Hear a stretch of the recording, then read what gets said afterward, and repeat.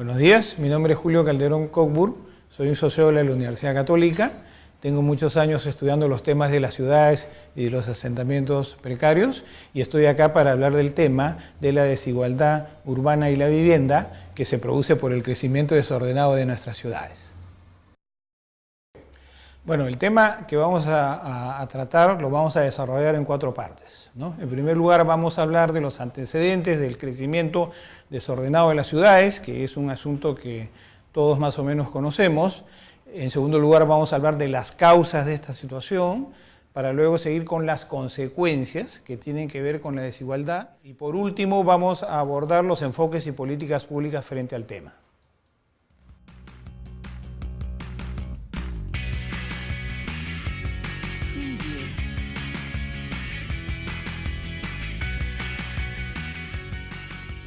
En primer lugar, vamos a ver el crecimiento desordenado de las ciudades, ¿no? La problemática de los asentamientos precarios en el mundo no desarrollado, no industrializado, es ampliamente conocida en el mundo, ¿no? Las Naciones Unidas denominan a estos asentamientos como asentamientos precarios, porque no tienen agua potable, no tienen seguridad de tenencia, es decir, enfrentan una serie de problemas. Por su parte, el gobierno peruano los denomina oficialmente barrios urbanos marginales y también son conocidos como asentamientos humanos o pueblos jóvenes o barriadas, digamos, por la gente y por los estudiosos. Bueno, ¿qué son los barrios urbanos marginales?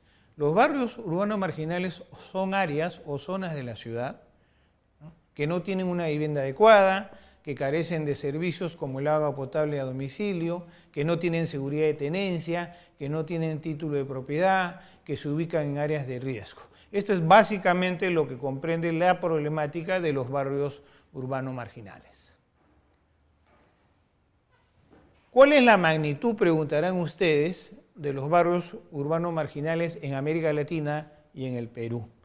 Bueno, es interesante indicar que en toda América Latina, en las ciudades de América Latina, estos barrios representan el 24% de la población viviendo en ciudades. Mientras que en el Perú prácticamente se dobla. En el Perú el 46% de la población que vive en las grandes ciudades habita en estos barrios urbanos marginales. Esto ya nos da una idea del problema, de la magnitud del problema que las autoridades y la población tienen que enfrentar frente a esta problemática, ¿no? Para indicar algunos datos importantes, por ejemplo, en el 2007, de acuerdo al último censo, ¿no?, que se aplicó hace 10 años, ¿no?, porque todavía no se conocen los resultados del censo del 2017, en los barrios urbanos marginales en el Perú habitaban 7.642.000 personas, ¿no?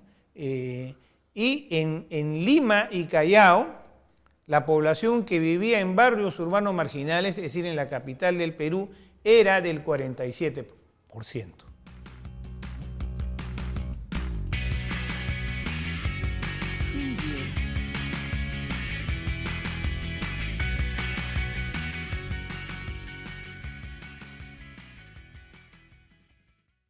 Bien, vamos a pasar ahora al segundo punto, que son las causas, ¿sí? ¿Por qué se originan los barrios urbanos marginales, ¿no? Normalmente los barrios urbanos marginales se forman a través de 2 mecanismos. Una son las invasiones de tierras y el otro son el tráfico de tierras o mercado ilegal de tierras. Es decir, la tierra se toma, se invade o se compra. Ahora bien, ¿cuál es la tierra que se toma normalmente en el Perú? La tierra pública y la tierra de las comunidades es apropiada para formar estos barrios urbanos marginales. Pero esta es, digamos, la presentación superficial del asunto, porque si vamos a ir al tema de fondo que explica por qué la gente crea estos barrios, obviamente tenemos que referirnos a la situación económica.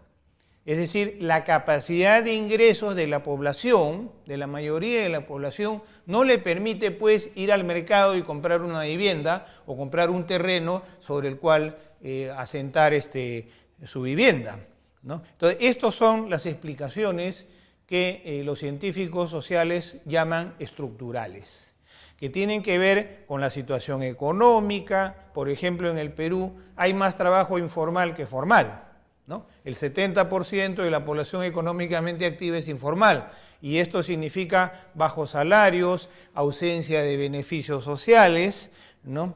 Y por otro lado, podríamos añadir que las políticas de vivienda que se están desarrollando, lamentablemente no están llegando todavía a la población pobre. Entonces, los bajos salarios, la economía informal, la ineficacia de las políticas de vivienda son las causas concretas que explican los barrios urbanos marginales, que son, como veremos luego, los que van a dar lugar a la desigualdad urbana, ¿no? También es importante considerar que hay aspectos políticos, ¿no? Esta situación no solo se produce por la estructura económica, ¿no? Por ejemplo, hoy en día tenemos toda una política de vivienda que se basa en un esquema público-privado, ¿no? El sector público da leyes y da subsidios, da créditos. El sector privado, se entiende, diseña y ejecuta estos programas de vivienda, pero lamentablemente estos programas no alcanzan para toda la población. Y por otro lado, la gente sigue viviendo en la ciudad y esto genera un problema de gobernabilidad. ¿Qué significa la gobernabilidad? Que las autoridades públicas, el gobierno nacional, el gobierno regional, las municipalidades, no pueden atender la demanda de vivienda. Y entonces, ¿qué ocurre? Lo que normalmente ocurre es que las autoridades dejan hacer, dejan pasar, ¿no es cierto? Entonces, la gente toma terreno, se hacen de la vista gorda, empiezan a vender lotes de manera clandestina, se genera tráfico de tierras, las autoridades se hacen como las que no se enteran. ¿Por qué? Porque como no pueden resolver la situación, simplemente tienen que dejar hacer, tolerar lo que está ocurriendo. Y eso que está ocurriendo es lo que genera los barrios urbanos marginales y la desigualdad urbana. Y por último, no menos importante, como causa, es que también el hecho de que la gente se acostumbre a invadir tierras o ir a un tráfico de tierras para tener suelo para su vivienda, se vuelve una costumbre, se vuelve un hábito, se vuelve una práctica cultural. Y por lo tanto eso con el tiempo es más difícil de erradicar, porque ya está enraizado en la cultura de la gente.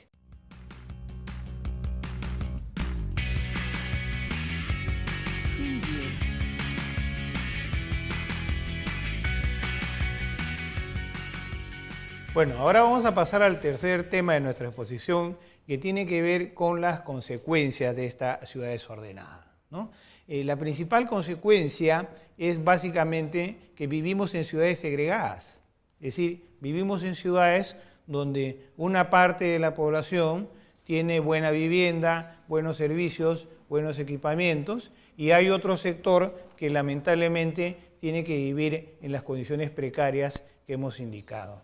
Esta existencia en la ciudad de áreas homogéneas entre sí, pero diferentes de otras que viven en una situación peor, es lo que se llama la segregación en la ciudad. Entonces nosotros tenemos ciudades segregadas, ¿no?, que obedecen a las causas que ya hemos explicado, ¿no es cierto? Entonces, el hecho de que exista segregación en las ciudades es una expresión de la desigualdad social, que recordemos es el tema que estamos abordando. La desigualdad es un concepto normativo. ¿Qué cosa es normativo? Es un concepto de debe ser. O sea, nosotros queremos que algo sea de determinada manera. Nosotros queremos que haya igualdad entre la gente. No igualdad, por supuesto, en el sentido de que todos seamos iguales en todo sentido, porque eso no existe, sino igualdad de oportunidades.